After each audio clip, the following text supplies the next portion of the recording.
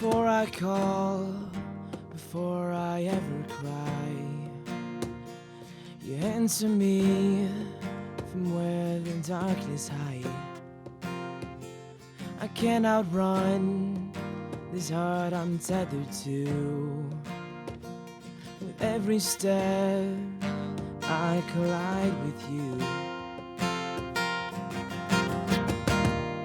Like a tidal wave, crashing over me, rushing in to meet me here. Your love is fierce, like a hurricane that I can't escape, tearing through the atmosphere. Your love is fierce, you cannot fail. The only thing I found is through it all, you never let me down. You don't hold back, relentless in pursuit. At every turn, I come face to face with you. Like a tidal wave, crashing over me, rushing in to meet me here. Your love is fierce, like a hurricane that I can't escape, tearing through the atmosphere.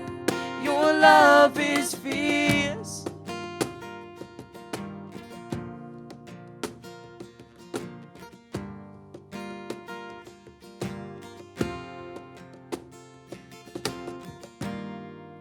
You chase me down, you seek me out. How could I be lost when you have called me found? You chase me down, you seek me out. How could I be lost when you have called me found? You chase me down, you seek me out. How could I be lost when you have called me found?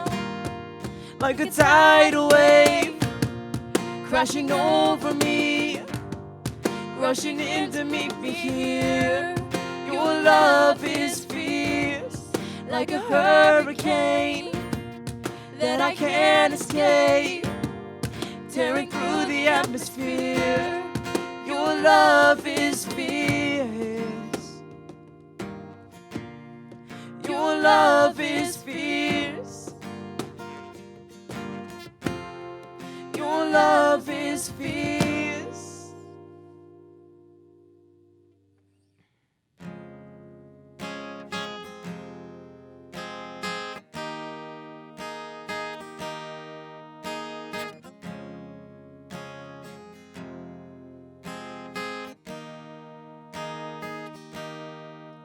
You give life, you are love.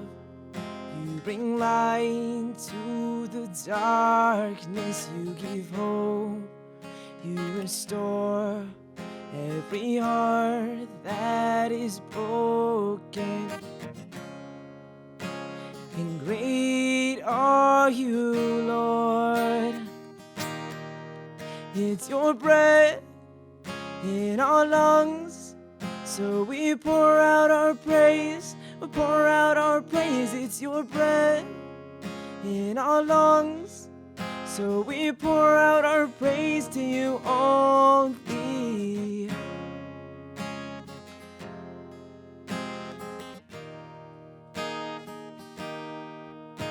Give life, you are love. You bring light to the darkness. You give hope, you restore every heart that is broken. And great are you, Lord. It's your breath in our lungs, so we pour out our praise. We pour out our praise. It's your breath in our lungs, so we pour out our praise to you only.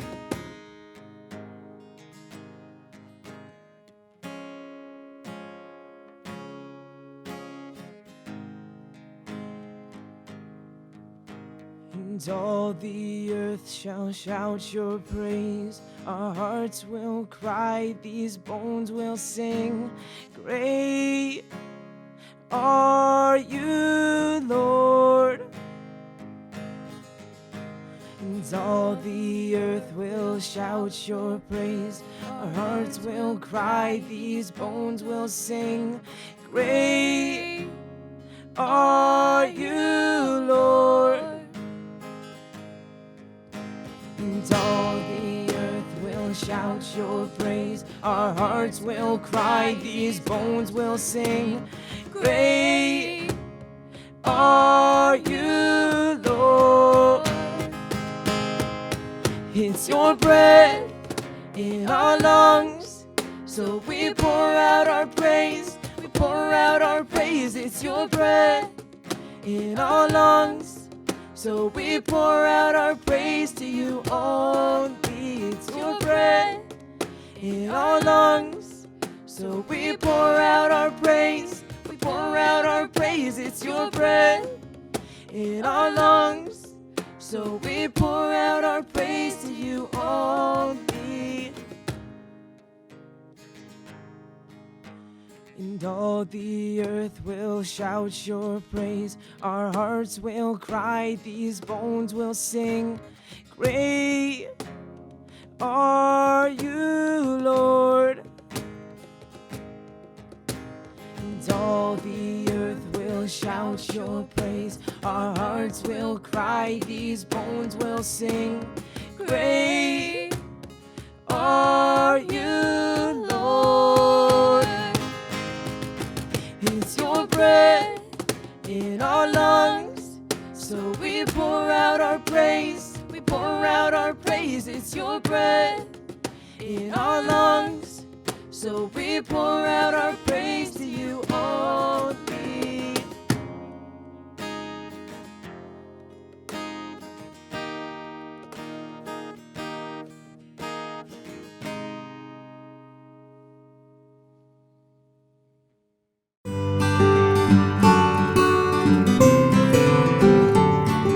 You guys are a tough crowd.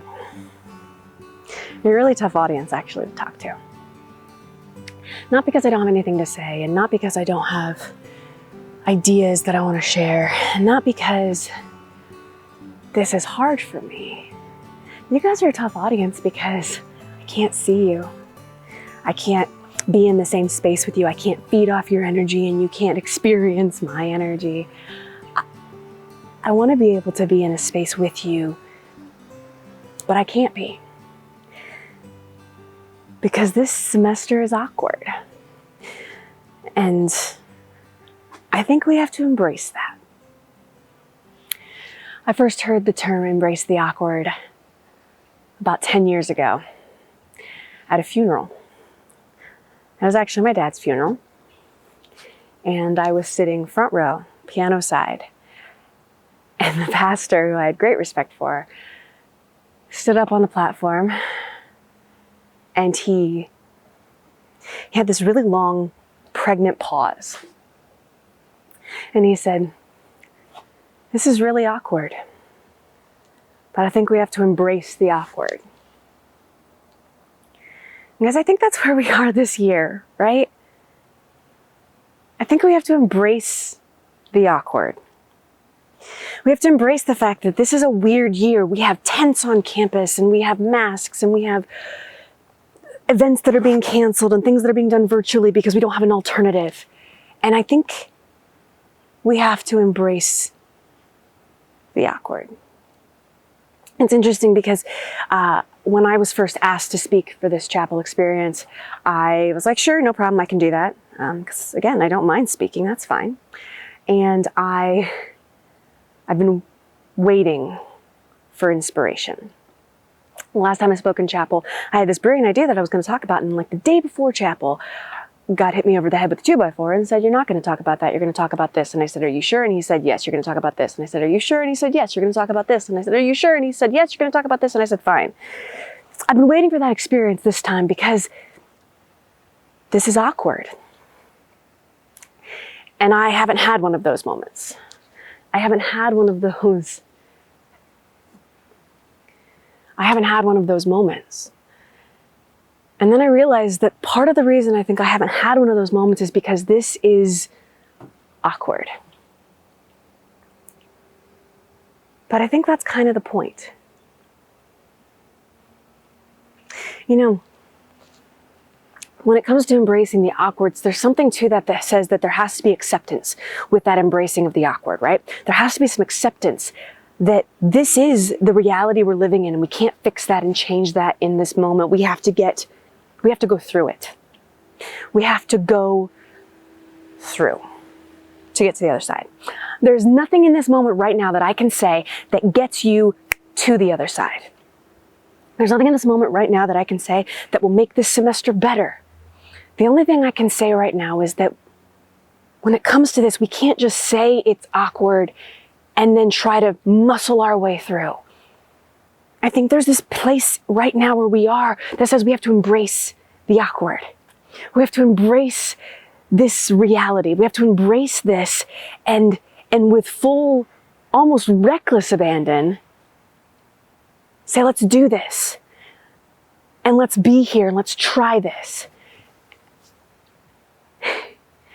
And that's really tough to do because it comes down to choices. It comes down to how we choose to handle a situation, right? I have a 4-year-old little boy. I'm a proud boy mom. I have 2 little boys at home. I have a 1 almost 2-year-old and a 4-year-old. And my 4-year-old is currently going through some challenges right now with making what we call green choices. Good choices, bad choices, green, red choices, you get it. And so we've been working with him to help him understand the value of a green choice. And the other day he came home and he said to me, Mommy, I'm sorry, I just can't make green choices. And as a mom, it's kind of a kick in the gut because you're like, no, you can make green choices. You can. You get to choose. And then I realized, I looked at him, I said, Xander, of course you can make green choices because you get to choose. You get to choose. Whenever a decision is placed before you, you get to choose. And he looked at me in the way that only a 4-year-old little boy could do with big brown eyes. And he said, but Mommy, that's really hard. And I had to chuckle because, yeah, it is. It's hard for a 4-year-old. It's hard for a 20-year-old. It's hard for a 30-year-old. But that's what we have to do in this moment, right? We have to choose to be here right now, embracing this moment, because this is where God put us. A couple months ago, Reverend Arthur Wilson shared the message about for such a time as this. You're here right now for such a time as this. And I wholeheartedly agree with him. And now the next question is, we're a couple months into this semester. Now the next question is, what are you going to do with that? How are you going to choose to handle that? How are you going to choose to live that? How are you going to choose to be right here, right now, and make the most of it? Not just survive it, not just suffer through it, not just deal with it, but embrace it. Embrace the awkward. And I don't have an answer for you.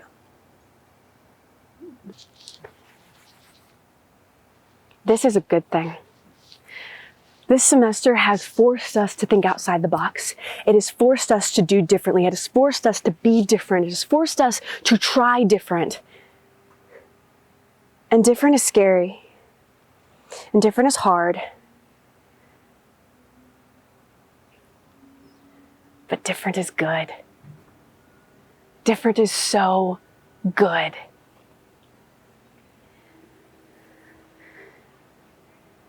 All things, all good things come from God.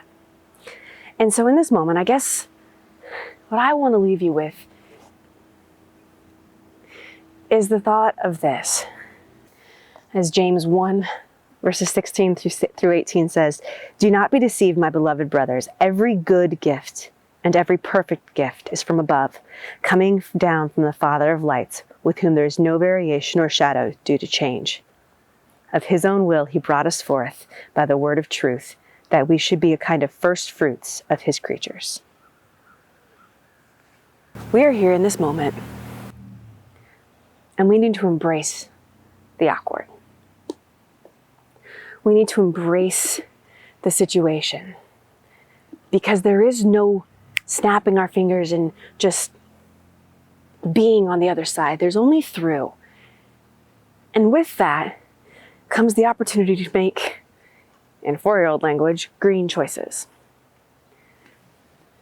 What green choices will you choose to make? What good choices will you choose to make? Because at the end of the day, all good things come from God, and different is good. So you might be sitting there thinking, like, how does this apply to me right now? Well, that's something I can't answer. That's something only you can answer. But I think for so many students right now, it comes down to lethargy. And it comes back to passion.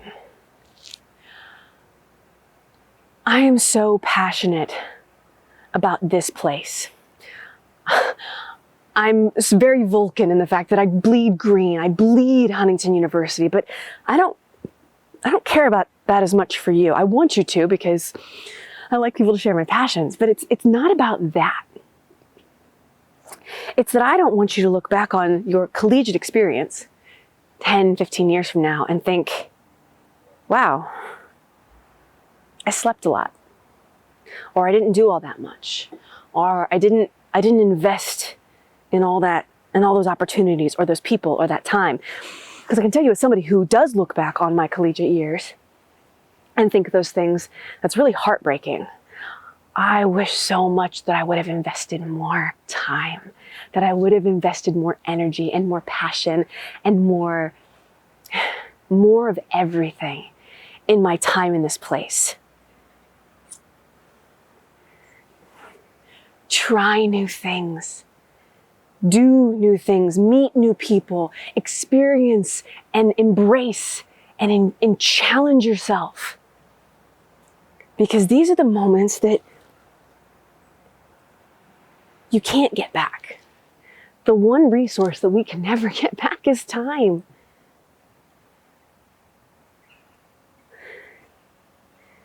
At the end of the day, do you take time to reflect on your day? Do you take time to reflect on what you did and how you did it and why you did it and who you interacted with and what those interactions meant? And if you don't, I encourage you to, because it does make a difference on a daily basis.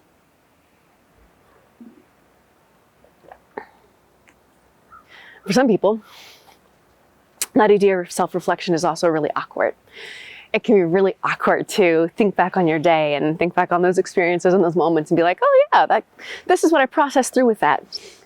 Let's circle back to the beginning of this and say, embrace the awkward.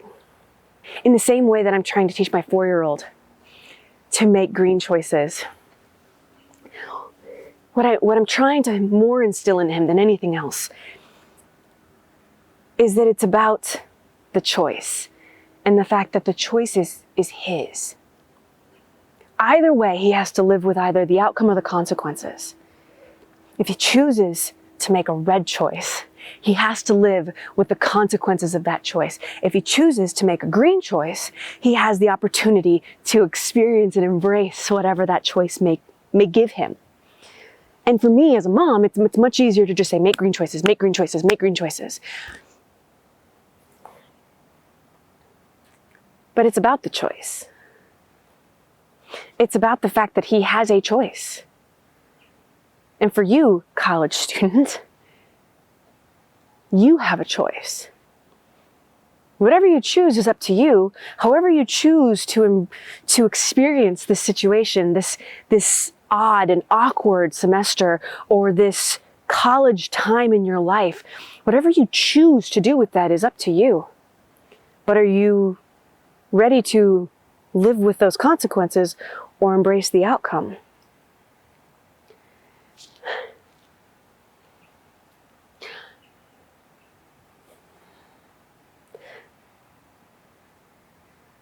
It's challenging to be in front of you guys today because I'm not in front of you.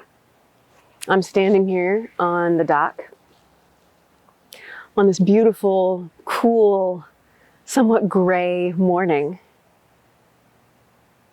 And I'm wishing I could speak to you in person, but I can't. And I'm wishing that I had the opportunity to see your faces and to feed off your energy and respond to that, but I can't. It's awkward to stand here and talk to a camera. And it was really hard to come up with this message because I didn't know what to talk about. And then I realized I had to embrace the awkwardness that is talking to a camera when no one is around. I had to embrace the awkward. And I encourage you to do the same. You guys are a tough audience. College students can be awesome. They can also be intimidating. They can also be wonderful. College students, like everyone else, have the opportunity to choose what they're going to do with something and what they're going to be in a situation, how they're going to respond. I wish I had some deep and profound way to leave you with this chapel experience, but I don't. I don't. All I can say is this.